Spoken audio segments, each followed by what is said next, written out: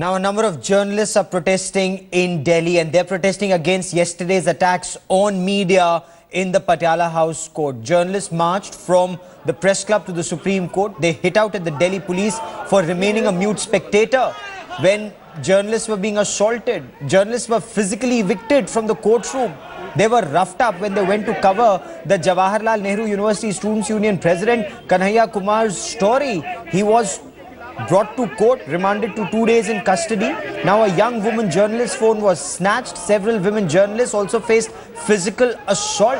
The man who was attacked, Amit Jamai, has claimed that he wasn't indulging in any kind of anti-national sloganeering. He was targeted.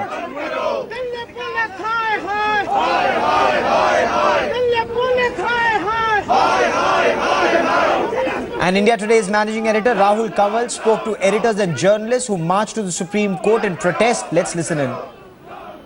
Journalists and editors cutting across journalistic associations, making a representation before the Supreme Court of India. Joining us now, some of the journalists who were attacked yesterday in the Patiala House Court and also some of India's marquee editors. I want to start with my colleague Rajdeep Sardesai on the fact that the registrar came out after a long time. What specifically are you hoping and expecting to emerge from this protest that you have? You know, Rahul, this is taking place in front of the Temple of Justice. India's Supreme Court is expected to intervene when there is any violation of democratic rights. And what happened yesterday was a clear violation of democratic rights in this country. You cannot have a situation where inside the court premises, reporters are attacked for no other reason but because there is some group which has decided to define who is patriotic and who is not. Journalists are simply doing their job. And I think when your profession is targeted in this manner, you have to come out and protest in solidarity. And who do you go to but the Temple of Justice, but to the Supreme Court to seek justice? Lawyers inside the court, if they are going to be involved in activities like this while the police stands by, then there are serious questions to be asked. And this is not the first time this has happened to journalists. Journalists have become soft targets.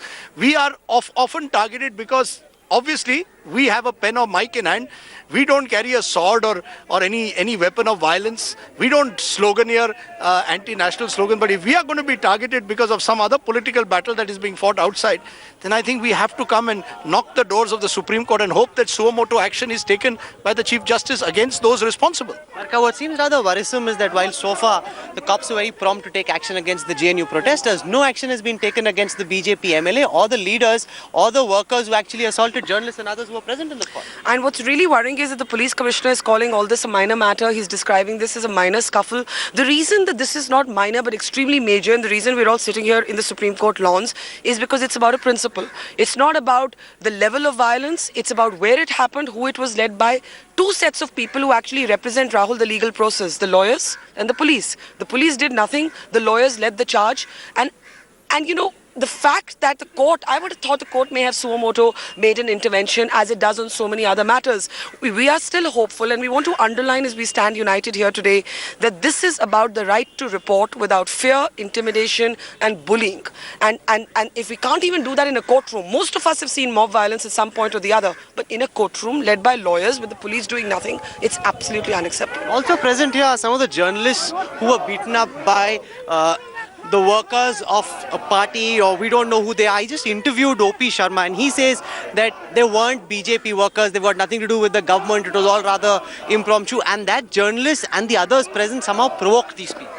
Rahul, I don't know if they were lawyers at all. To me, they were just goons in black coats who came out, who were targeting anybody and everybody who either looked like a JNU student or was just trying to stop them.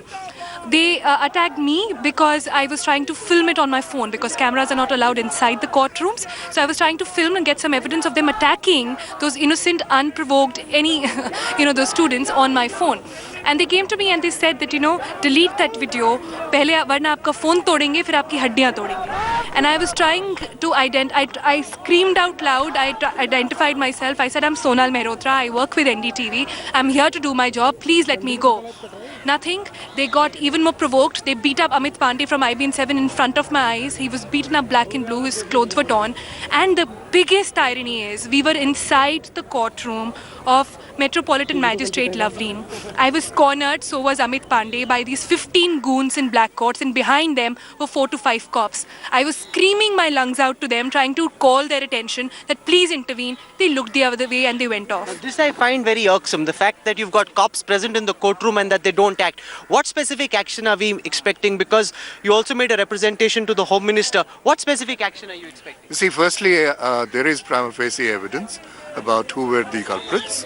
Action be taken immediately against them. One, which they've done in many cases.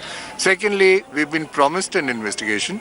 That investigation has to be time-bound and action taken against everyone who's found guilty. But let me remind you, I mean, this is the temple of our constitution. This is not an attack just on the press. We are protectors of the constitution of this country, which guarantees us our democracy, the right to speech. What the Supreme Court and His Honorable Chief Justice should realize that this has happened and this attacks is on our constitution and they are the defenders of that. The Delhi Police Commissioner B.S. Bassi, the Delhi Police is claiming that there is clear evidence against the JNU Students' Union President Kanhaiya Kumar. Police Commissioner B.S. Bassi saying that there is clear proof.